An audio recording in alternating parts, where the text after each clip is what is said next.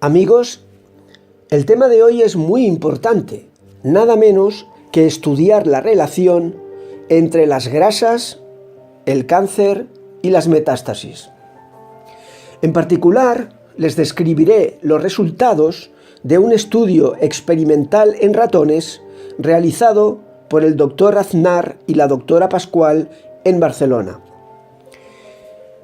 Este estudio experimental en modelos animales será la primera parte de mi presentación.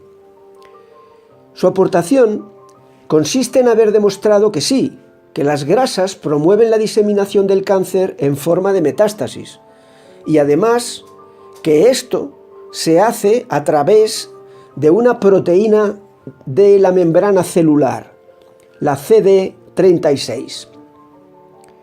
Veamos cómo la noticia ha sido informada por los medios de comunicación. En la noticia número 1 se habla de esperanza y se califican los resultados como de muy importantes.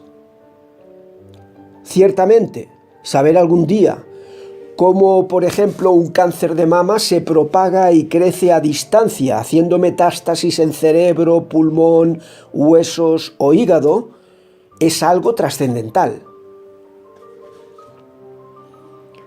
Veamos ahora cómo se pronuncia la noticia número 2.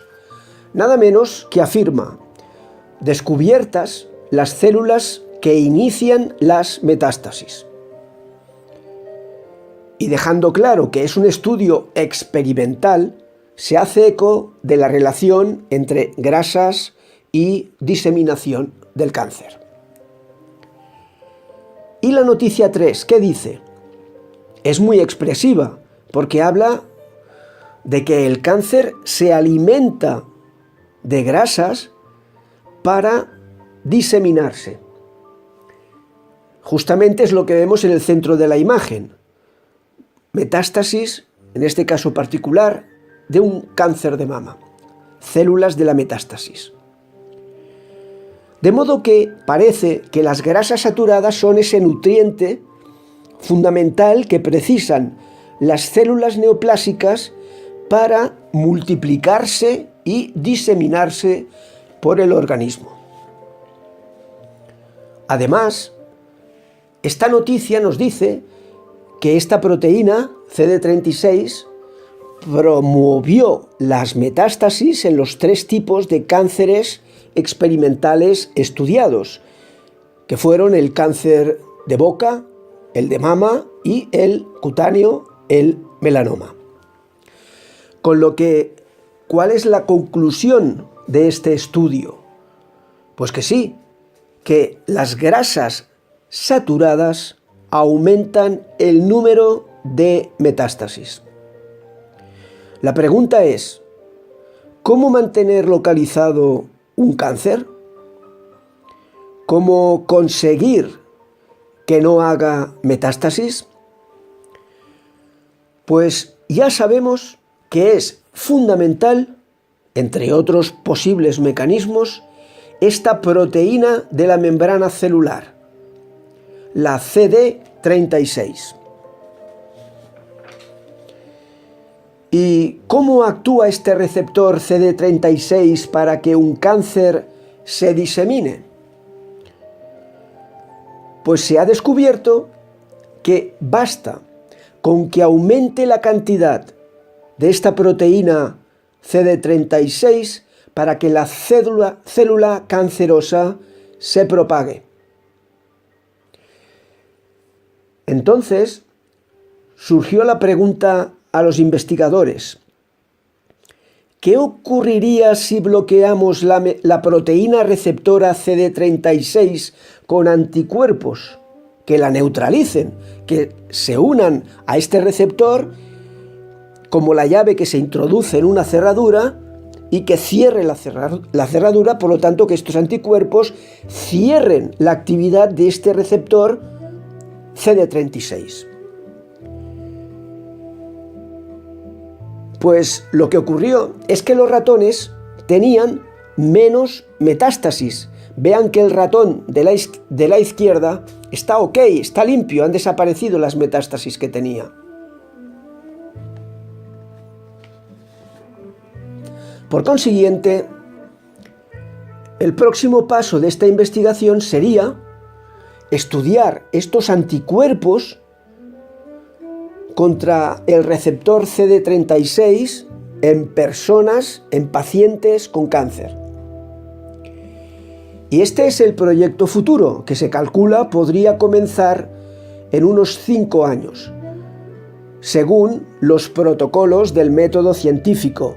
Siempre digo que la ciencia no es magia, y por lo tanto, la magia es algo súbito, aparece algo como por arte de magia, decimos. La ciencia va despacio, paso a paso firme. Bien, para ese próximo estudio en pacientes, los investigadores Dr. Aznar y Dr. Benita han patentado los resultados del estudio experimental animal y con la empresa de biotecnología MRC Technology van a prepararse para estudiar el anticuerpo, este anticuerpo monoclonal, como un posible tratamiento antimetástasis en seres humanos.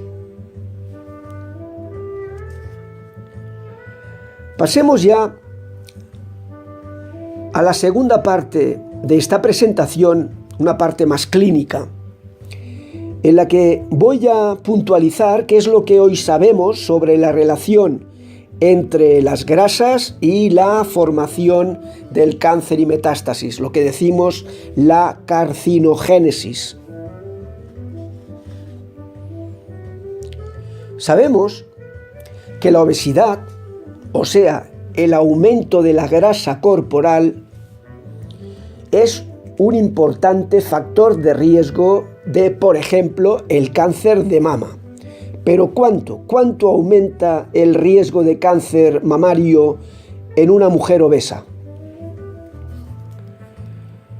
Pues como decía en mi vídeo titulado así, Cáncer de mama, el riesgo neoplásico aumenta entre 2 y 3 veces respecto de una persona de peso normal. Pero es que prácticamente la obesidad es un factor de riesgo en la gran mayoría, o por lo menos en muchos tipos de neoplasias. Veamos otro ejemplo, es el cáncer de colon, entre cuyos factores de riesgo son muy bien conocidas las grasas saturadas, también denominadas grasas malas, las saturadas. De modo que esto se imbrica en el contexto de unos malos hábitos alimentarios. Sabemos que la alimentación es un factor fundamental en la aparición de un cáncer de colon.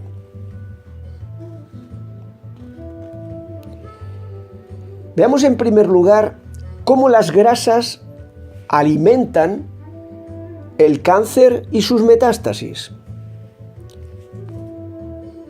Volviendo al estudio experimental de Barcelona, se averiguó que la célula cancerosa utiliza el receptor CD36 para captar, recibir los ácidos grasos que aportamos con nuestra alimentación. Y también que este receptor CD36 es imprescindible para que estos ácidos grasos a los cuales se ha fijado en la superficie de la célula cancerosa pasen al interior de la misma y se conviertan en alimento de la célula neoplásica, que por lo tanto está en condiciones de multiplicarse y reproducirse, diseminarse de forma sistémica por todo el organismo. Y el experimento en ratones demostró que cuando estos se alimentaban con una dieta un 15% más rica en grasas, los animales con cáncer inducido experimentalmente sufrían un 80% más de metástasis, por lo tanto casi el doble.